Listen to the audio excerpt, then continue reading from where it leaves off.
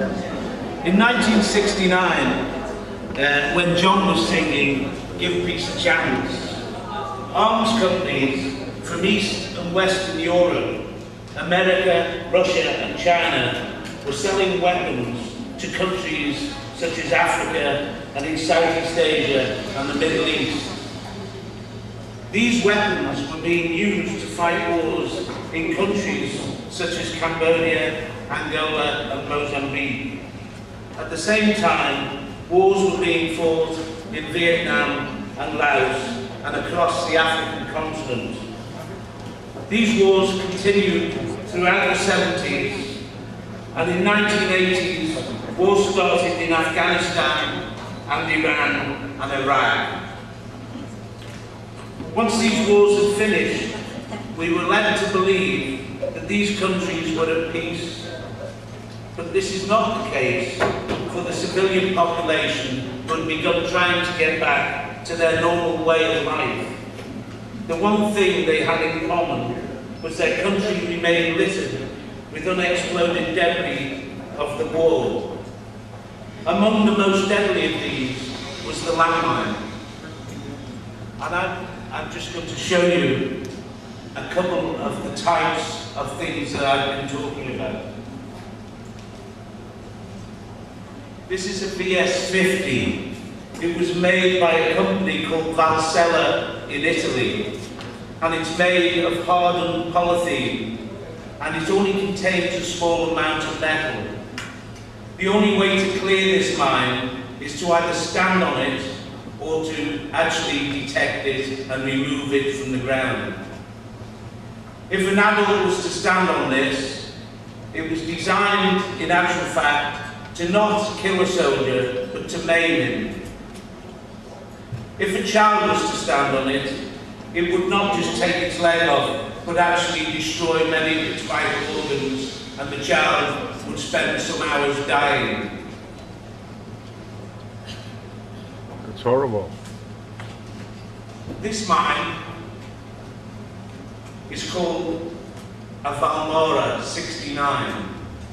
Again, it's been specially designed on a computer, and its job is to maximize the killing from one touch of a piece of wire.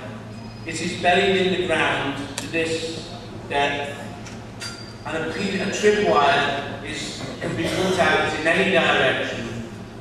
If someone's to come along and touch this tripwire, this mine would bound half a meter into the air, and literally anyone within a 9-meter radius, their body would be shredded. These were made in laboratories in Italy.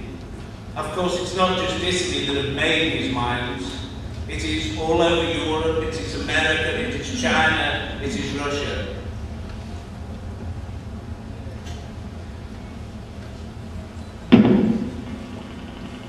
In 1991, MAG, along with 5 other international organisations, set up the International Campaign to Ban Landmines. The campaign brought about huge support for a ban which gained momentum when the late Princess Diana gave her backing to the campaign. In December 1997, 120 countries signed the Ottawa Treaty, committing themselves to a ban on the use, production and export of all anti-personnel landmines. In the same year, the founders of the campaign were awarded the Nobel Peace Prize. Sadly, it is not treaties or peace medals that clear millions of mines already laid throughout the world.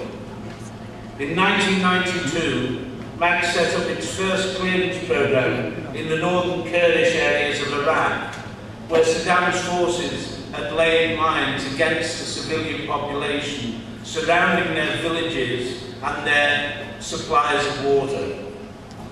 Since that time, MAG has worked in more than 30 countries, carrying out survey and clearance of mines and unexploded bombs. At the present, we have programs in 18 countries employing some 2,300 staff. Our work requires financial backing, and it's through the work of people like Paul and Heather who keep the issue alive we are able to continue. We are extremely grateful to Bill Heckle and his staff and the bands here today for their help in publicising our work. We hope you will join them in supporting our work in the future. Thank you very much. Thank you. Ladies and gentlemen, it's the Luke Grant.